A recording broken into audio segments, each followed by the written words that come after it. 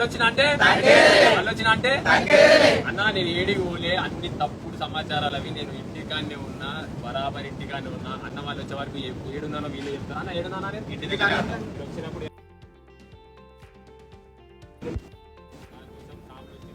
రమ్మన్నా ఇట్లా అన్న నేను ఇంటికాడ ఉన్నా, చాలా మంది వచ్చి వాళ్ళని కలవాలి అని ఉన్నా, ఒకసారి సాంబ్రానికి పోదాం. నేను ఏడున్నాను వాళ్ళే చెప్తాను. అన్న సార్ నమస్తే సార్, మీరే చెప్పాలి, నేను ఏంటంటే పోయినా అంటున్నాను. పల్లవి ప్రశాంత్ ఎక్కడికి పోలేదు, ఇంటికాడనే ఉన్నాడు.